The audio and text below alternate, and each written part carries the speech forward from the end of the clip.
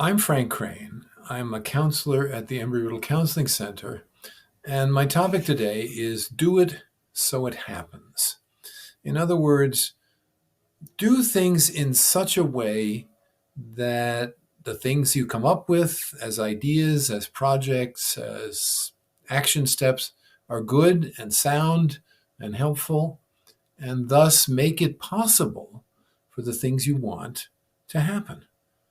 So do it so it happens. Do it well. Do it efficiently. Do it creatively. So we're going to look at some overall ideas, overall theory, and particular applications of this goal of do it so it happens. So, talking about this area, one of the most famous people who gave some really amazing contributions in the area of creativity was an English psychologist named Graham Wallas. And he believed that creativity, inventions and scientific discoveries and all those wonderful things happened in 4 stages. Okay. So the first stage of creativity was you work really hard on the problem. You come at it from every angle you can think of. You really go intensely. You create a lot of notes, you do a lot of trials and errors, and you just stay with it and really try to get everything about it out there that you can. So that's the preparation stage. Now, the second stage, which in a lot of ways is more famous, is that you don't do anything on the project. You don't do any conscious work on the project. Now, the key word here is conscious, because what happens in the lives of a lot of very creative people is they get stuck, they don't know what to do, they've worked so hard, and then they're walking home one night and bang, they get this amazing idea. Okay? So why did they get the idea? Because they were walking home, because they weren't doing anything on the project, at least nothing consciously. And their unconscious mind supplied them with a solution. So a part of the creative process here, the invention process, is take some time when you don't do any conscious work on the project. And this is known as the incubation stage. Okay, third stage is the light bulb. And Wallace called it the illumination stage. You're walking home, or you're kind of snoozing in your favorite chair, or you're taking a shower, who knows. And suddenly this idea, it's like a light bulb going on, and you say, oh, yes, this is good. We can do this.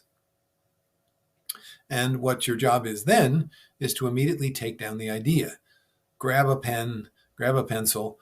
I was reading one time there was a company that had provided waterproof pads and waterproof pens so that people could jot down their ideas in the shower. Well, anyway, that might be related to Graham Wallas. It might not be. But get the idea down from the illumination phase. Okay. Then the final phase is verification. This is where you get out your checklists, and it's almost like the original hard work of the preparation phase. You look at the idea in the light of all the various requirements and all the things that have to be done right for the idea to work. Now, sometimes at this phase, you might modify the idea. And you can say, oh, yeah, we can fix it like that, so we can do this, so we can do that. So these 4 stages were identified by Wallace, and many, many people have found that they are an incredible help to helping them find the best path to a creative and powerful idea that will help them to do things and make those things that they want to do happen. Okay. Now, related to that, we have built on the idea of phase 1, put a lot out there, have a lot of material, come at it from different angles. There's an approach called 10 ideas a day. And this is associated with a famous entrepreneur named James Altucher. And his discipline was, you wake up in the morning, And you say to yourself, I'm going to come up with 10 ideas about what? And you pick a topic. And then your job is to come up with 10 ideas. Now, people that first start on this approach find it's ridiculously difficult at times because they can't think of anything. But what it comes down to and what they come to realize is they can't think of anything that's up to their standards of a good idea. And Althusser says, no. It's not about coming up with really good ideas. It's about coming up with any ideas at all. Okay? So a lot of research since Wallace's time has told us that a way to be able to get ideas is to be in the habit of cranking a lot of ideas, good, bad, indifferent. You just crank them. So that makes you fluent in ideation, fluent, flowing at coming up with lots of different ideas. And one way to sharpen that skill is to do 10 ideas a day as a practice. Okay. Now, let us now look at a third aspect of this idea generating world. And we have a specific practice called wildcatting. And wildcatting came out in a book called How to Be Twice as Smart by Scott Witt. And of course, wildcatting refers back to the awful old days of drilling for oil, when you would just go any old place and drill and see maybe there'll be oil under there. And destructive to the environment, really nasty. Sometimes there was oil and you made a lot of money, but the idea was we'll wildly go and drill. Well, this is related to that, but it's not destructive to the environment at all. So what you do in the wildcatting process, and see if this sounds like what we did with Wallace here, what they do first of all is you they call it mass generation of ideas. You come up with lots and lots and lots and lots of ideas, okay? Good, bad, and different. Just crank them, put them out there. Now, Scott Witt suggests that you go with that process until you can't think of anything. You really can't think of anything. Or you're so fatigued with this thinking process that your mind is wandering all over the place. Or, and here's a nice note, 20 minutes have elapsed. So you're going to go all out on this thing, but it's only for 20 minutes. So in a certain way, you're safe. So you've got your big fat list. Okay. Then what do? Well, you review the list and you look at each idea and you ask yourself, is this a good idea or not? If the answer is not, you cross it out on the big list and then you write it down on another list, list number 2. So you go through this first list and anything that doesn't quite make the grade goes to list number 2. Okay. Now, if you were following the Wallace principle, and if you had time, you would do this work on one day, and then the next morning, perhaps, do the rest of the work. Why? Because this would give you a chance to incubate the various ideas that you would come up with. Okay. So let's assume now that it's the next day, and you've got your list of good ideas and your list of not so good ideas. Now what do? Well, you take the good list and you see what the best ideas from the list are. And you want to select maybe the top 2 or 3. Okay. Then you would look at a kind of verification process. These 3 ideas, they look really good. Will I be able to use them? So you're verifying, you're running them against the checklist, you're running them against reality. And maybe you'll say, oh yeah, any of these will work. This is great. So your job is done. Or you might say, well, I can use this one, but I'm going to have to modify it. I'm not sure what I can do here. Well, let's assume for a moment that you feel that maybe you have a good idea, but you need to modify it. Well, how would you do it? Well, you review the list of good ideas and you say, well, is there any way I can combine this with other ideas on the list? Make some sort of combination. Okay. And so that's a combination step. And it's the combining ideas from the good list and see what you come up with. And those ideas, or some of those combinations, or 1 or 2 of those combinations, may be even better than the original 2 or 3 good ideas you had. Okay. So the final step, which I believe now is the 5th step, you go to the bad ideas. Look at the bad list. Is there any way you could combine the ideas from the bad list to make a better idea? Okay. And what happens sometimes is that a combination of ideas from the bad list turns out to be the best idea overall. It works better than anything else. So what have we got? We've got the wildcatting approach, which means mass generation of ideas. You crank a lot of ideas, then ideally you can put them aside for a period of time, sleep on it, then you've incubated, then you can look at the lists and pick the best, you can pick the bad, you can combine stuff from the good, and you can combine stuff from the bad. So we have a lot of different sources of ideas. And also it's not completely agonizing. It's something that you could create, you could develop in a morning, let's say. You before you have your breakfast, you crank your lists. Then you go for your run, you have your breakfast, and then you go back and look at the list because now you've incubated, and then you do combinations, you do verification, and you're following the principles to come up with some pretty darn good ideas without a great agonizing expenditure of time and energy. So a good sort of mid-range approach here is the wildcatting approach. Okay, now what else? If you notice that there are certain principles that seem to apply whatever idea step you're working on or whatever idea tool you're using, you might say to yourself, well, I would like to become a general purpose problem solver.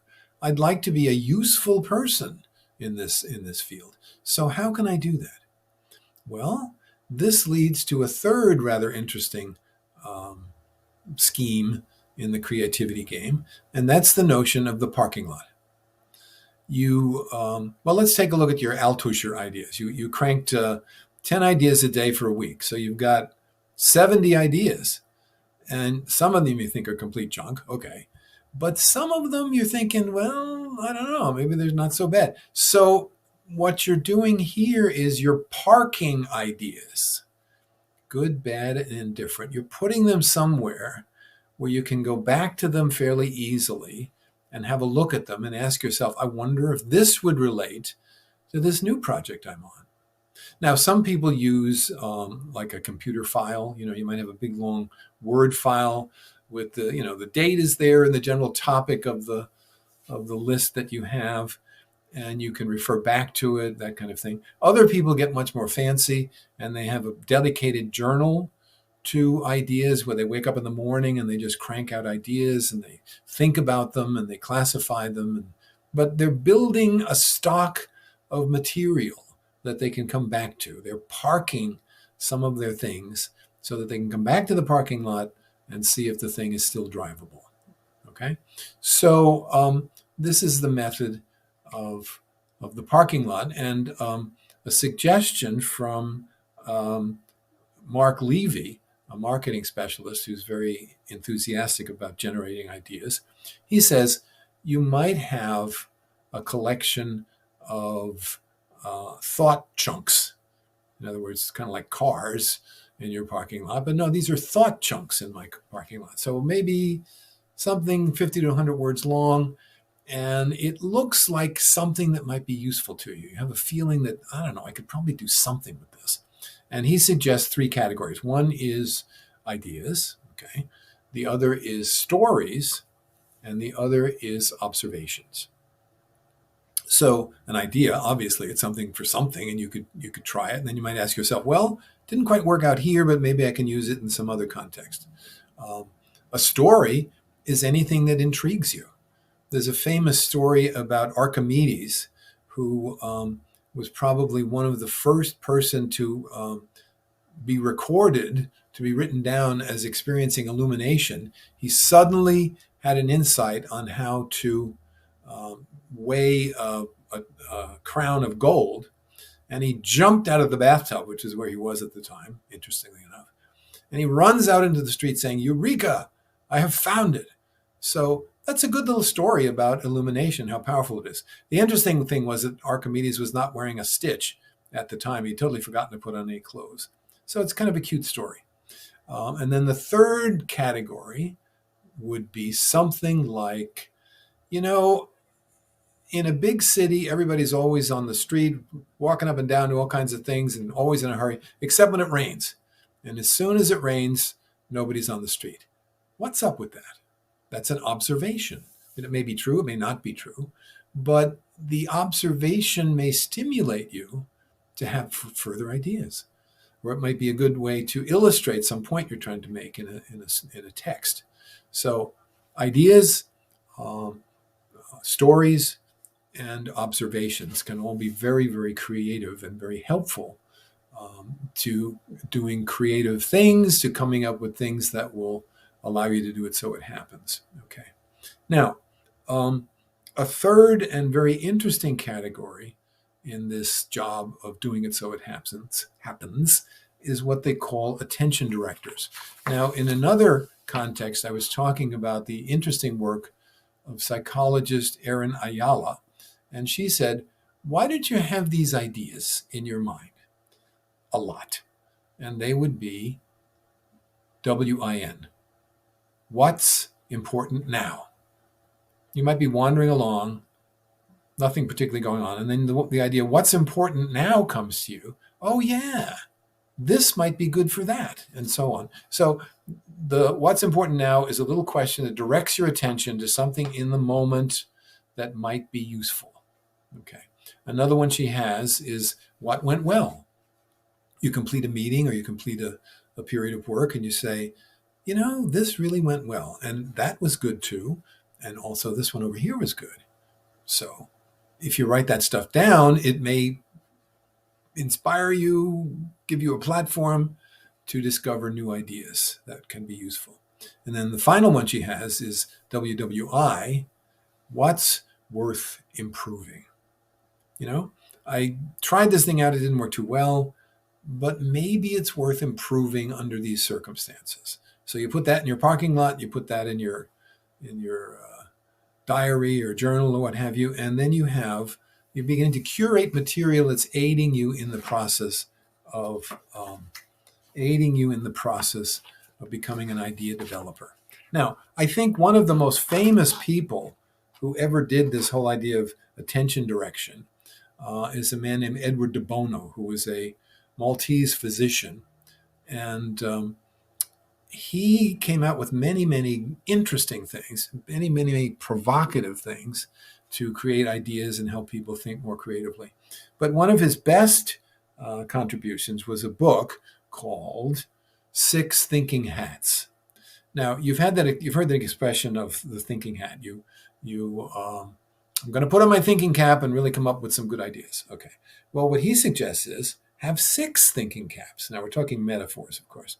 So have you ever noticed when a group of people get together and they begin to discuss, some particularly contentious issue, one person says, oh, you're just talking about emotion, or you're just so cold and factual, or you're only looking at the negative, or you're not really facing reality.